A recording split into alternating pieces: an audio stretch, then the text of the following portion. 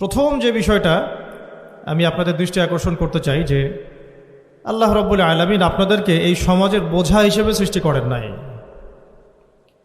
আল্লাহ রাব্বুল আলামিন আপনাদেরকে এই সমাজের বোঝা হিসেবে সৃষ্টি করেননি, বরং আল্লাহ রাব্বুল আলামিন আপনাদেরকে এই উম্মতের একটা গর্বিত অংশীদার হিসেবে সৃষ্টি করেছে। আদম আলাইহিস সালাম যখন জান্নাতে ছিলেন তখনও তার কাছে হৃদয়ের মধ্যে কিছুটা শূন্যতা অনুভব হয়েছে, যেটা আল্লাহ রাব্বুল আলামিন হাওয়া আলাইহিস সালামকে দিয়ে পূর্ণ করেছেন এবং তার বুকের পাঁজরের হাড় থেকেই তার স্ত্রীকে আল্লাহ পাক সৃষ্টি করেছেন। এবং উভয়ের প্রতি আল্লাহ পাকের নির্দেশ কিন্তু সমান ছিল। এমন না যে আদম আলাইহিস সালামকে বলা হয়েছে এই গাছের কাছেও যেও না, হাওয়া আলাইহিস সালামকে বলা হয় নাই, ব্যাপারটা কিন্তু এমন নয়, বরং উভয়ের প্রতি সমান আদেশ ছিল। ওয়ালা তাকরাবা হাদিহিশ শাজারা, তাকরাবা শব্দটা দ্বিবচন, তোমরা দুজনের কেউই এই গাছের কাছে যাবে না। অর্থাৎ আল্লাহ পাকের যে আদেশগুলো আসমানি কিতাবের মাধ্যমে আমাদের কাছে এসেছে এগুলো নারী এবং পুরুষের জন্য সমান। ক্ষেত্র বিশেষে কিছু কিছু সূরতে আমলের, চলাফেরার, উসুলের কিছু পার্থক্য আছে, কিন্তু আমভাবে প্রত্যেকটা নসিহত এবং আদেশ কিন্তু নারী পুরুষ সবার জন্য সমান। আমরা যদি চাই যে বাংলাদেশের মাটিতে দিন প্রতিষ্ঠা করতে, তাহলে শুধুমাত্র পুরুষদের ভূমিকা যথেষ্ট না, কোশ্চিনকালও যথেষ্ট না। কারণ প্রত্যেকটা পুরুষই কোনো না কোনো মায়ের সন্তান, কোনো স্ত্রীর স্বামী, কোনো বোনের ভাই অথবা কোনো মেয়ের বাবা। তাহলে যদি শুধু পুরুষবাচক শব্দে আমরা সমাজ সংস্কার করতে যাই, আমরা ব্যর্থ হব।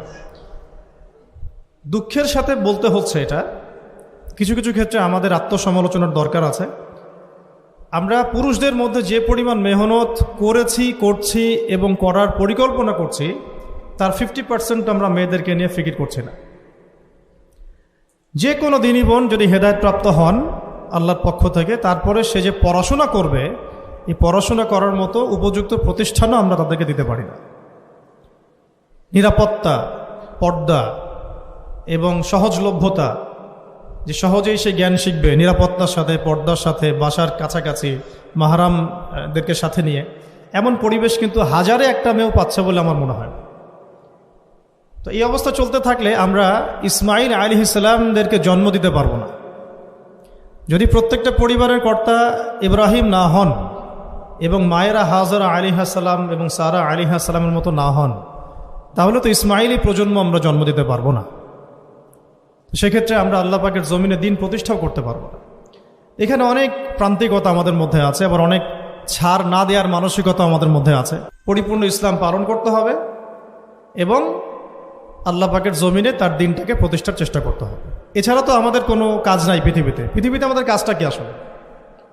এই পৃথিবীতে আমাদের কাজটা কি? এক নাম্বার হচ্ছে আল্লাহ পাককে চিনতে শেখা, আল্লাহ পাকের সামনে আত্মসমর্পণ করা, তার নবীর সুন্নতগুলো মেনে চলা, হালাল খাওয়া, একটা আদর্শ পরিবার গঠন করা, সন্তানদেরকে মানুষ করা, দিনের দাওয়াতের কাজ করা এবং দিনটাকে আল্লাহর জমিনে প্রতিষ্ঠার চেষ্টা করা। এছাড়া কি আমাদের কোনো কাজ আছে পৃথিবীতে?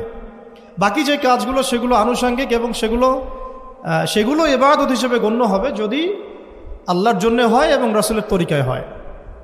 যেমন কেউ যদি ঘুমায়, ঘুমানোর কাজটাও তো ইবাদত, যদি সেটা রাসূলের তরিকা মোতাবেক হয়। সিম্পল।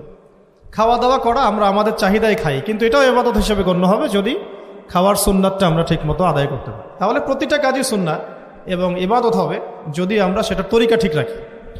মূল কাজগুলো কি?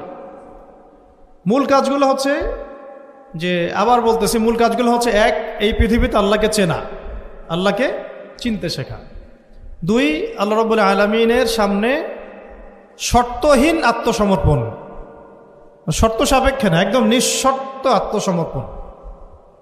তিন, আল্লাহ পাকের সমস্ত হুকুম আহকামগুলো মেনে চলা। চার, রাসূলুল্লাহ সাল্লাল্লাহু আলাইহি ওয়াসাল্লামের আদর্শ প্রত্যেকটা কাজে বাস্তবায়ন করা, সুন্নতের উপর থাকা। পাঁচ, হালাল খাওয়া। ছয়, আদর্শ পরিবার গড়ে তোলা। সাত, সন্তান প্রতিপালন। আট, সৎ কাজে আদেশ। নয়, অসৎ কাজে নিষেধ। 10, আল্লাহ পাকের এই জমিনের মধ্যে দিনটাকে প্রতিষ্ঠার চেষ্টা করা, যার যা সামর্থ্য আছে তাই দিয়ে। কেউ জান দিয়ে করবে, কেউ মাল দিয়ে করবে, কেউ কথা দিয়ে করবে, কেউ লিখনি দিয়ে করবে, কেউ প্রয়োজনে আল্লাহর পথে জিহাদ করবে, কেউ প্রয়োজনে শহীদ হবে। যার যেটা সুরত সে সেভাবে করবে। এছাড়া কি দুনিয়াতে আমাদের কোনো কাজ আছে? এই কাজগুলোর মধ্যে এই কাজগুলোকে যদি আমরা বাস্তবায়ন করতে পারি তাহলে দুনিয়াতেও সফল হব ইনশাল্লাহ, পরকালেও জান্নাতে যাবো ইনশাল্লাহ। এই তো এই কাজগুলো যদি আমরা বাস্তবায়ন করতে পারি দুনিয়াতেও সফল হব ইনশাআল্লাহ এবং পরকালেও জান্নাতে যাবো ইনশাআল্লাহ। এক্ষেত্রে এই গন্তব্য হাসিল করার জন্যে যে কাজটা সবার আগে দরকার, এতক্ষণ যেগুলো বললাম, এই গন্তব্যটা হাসিল করার জন্য সবার আগে যে কাজটা দরকার সেটা হচ্ছে শরিয়াতের একটা ন্যূনতম জ্ঞান অর্জন করা। শরিয়াতের ন্যূনতম একটা জ্ঞান অর্জন করা। শরিয়াতের ন্যূনতম জ্ঞান বলতে আমি কি মিন করছি, কি বোঝাচ্ছি? আমি বোঝাচ্ছি কমপক্ষে আপনাকে বিশুদ্ধ করে কোরআন তেলাওয়াত করা শিখতে হবে, 1 নাম্বার। এর সাথে আপনাকে আরবি ভাষা কিছুটা হলেও শিখতে হবে যাতে আপনি কোরআনটা বুঝতে পারেন। 3 নাম্বার হচ্ছে হাদিস শাস্ত্র পড়ার যোগ্যতা আপনাকে অর্জন করতে হবে, মানে হাদিস পড়াশোনা করতে হবে। 4 নাম্বার নবী সাল্লাল্লাহু আলাইহি ওয়াসাল্লামের পবিত্র সিরাত অর্থাৎ জীবনী, এটা আপনাকে পড়তে হবে। মনে থাকবে তো? লিখে নেন। 5 নাম্বার হচ্ছে 1 নাম্বার কি বলেছিলাম? বিশুদ্ধ কোরআন তিলাওয়াত। তারপরে বলেছি আরবি ভাষা শিক্ষা করা। তারপরে বলেছি হাদিস পাঠ। তারপরে বলেছি সিরাত পাঠ। 5 নাম্বার হচ্ছে আকীদা বিশুদ্ধ করা। আকীদা বিশুদ্ধ করা। আকীদার অনেক কিতাব আছে এবং আকীদার আর অনেক দার্সও আছে, এটা নিয়ে আমরা পরে আলোচনা করব ইনশাআল্লাহ। 6 নাম্বার হচ্ছে আপনার ইসলামের ইতিহাস পড়াশোনা করতে হবে, ইসলামের ইতিহাসটা পড়াশোনা করতে হবে। 7 নাম্বার হচ্ছে ইসলামিক অর্থনীতি পড়াশোনা করতে হবে, ইসলামী অর্থনীতির জ্ঞান রাখতে হবে। 8 নাম্বার ইসলামিক পারিবারিক জীবন ব্যবস্থার জ্ঞান অর্জন করতে হবে, ইসলামিক পারিবারিক জীবন ব্যবস্থার জ্ঞান অর্জন করতে হবে। 9 নাম্বার সন্তান প্রতিপালন কিভাবে করতে হয়, ইসলামিক প্যারেন্টিংয়ের জ্ঞান অর্জন করতে হবে। 10 নাম্বার হচ্ছে যে ফিকহের জ্ঞান অর্জন করা। ফিক মানে হচ্ছে তুলনামূলক যে মাসলা মাসাইলগুলো না জানলে আমরা আমল করতে পারবো না, এই মাসলা মাসাইলগুলো জেনে নেওয়া, যেটাকে আমরা বলি যে ফরজে আইনের জ্ঞান, ফরজে আইনের জ্ঞান। তাহলে এখানেও 10টা পয়েন্ট বের হয়ে আসলো, তাই না? তাহলে আমার সাথে একটু রিপিট করেন। প্রথমে বলেছি ইলম অর্জনের ক্ষেত্রে আপনাকে কোরআনের আগে কোরআন দিয়ে শুরু করতে হবে। মানে কোরআন যিনি তেলাওয়াত করতে পারেন না তিনি হতভাগা। মুসলিম পরিবারে জন্মগ্রহণ করেও যিনি কোরআন তেলাওয়াত করতে পারেন না, আমি মনে করি না এই পৃথিবীতে তার চেয়ে হতভাগা কেউ আছে, আমি মনে করি না। মানে কোরআনের সাথেই সম্পর্ক নাই, মানে আল্লাহর কিতাবই সে তেলাওয়াত করতে পারে না, তো সে এই পৃথিবীর সম্পদ নয় বরং বোঝা। আল্লাহ পাক আমাদের সবাইকে আল্লাহর কিতাব শেখার তৌফিক দান করেন। একটা 1 নাম্বার, এখান থেকে শুরু হবে পড়াশোনা। আগেই একটা আদনান ভাইয়ের বই নিয়ে নিলাম, আগে একটা অমুক স্কলারের বই নিয়ে নিলাম, আগে একটা তমুক স্কলারের বই নিয়ে নিলাম, এভাবে পড়াশোনা শুরু করতে হয় না। পড়াশোনা শুরুটাই হবে আপনার কোরআন থেকে, সব বন্ধ, আগে কোরআন তেলাওয়াত থেকে শুরু করতে। তারপরে আপনি আরবি ভাষায় আসবেন, হাদিস পড়বেন, সিরাত পড়বেন, ইতিহাস পড়বেন, অর্থনীতি পড়বেন, আস্তে আস্তে পড়বেন। এভাবে ফিকহের জ্ঞান, আকীদার জ্ঞান, সন্তান প্রতিপালন, ইসলামিক এই জীবন ব্যবস্থা বা পারিবারিক জীবন ব্যবস্থার জ্ঞানগুলো অর্জন করা। তো ইনশাআল্লাহ আমরা এই জ্ঞানগুলো অর্জনের চেষ্টা করবো তো ইনশাআল্লাহ।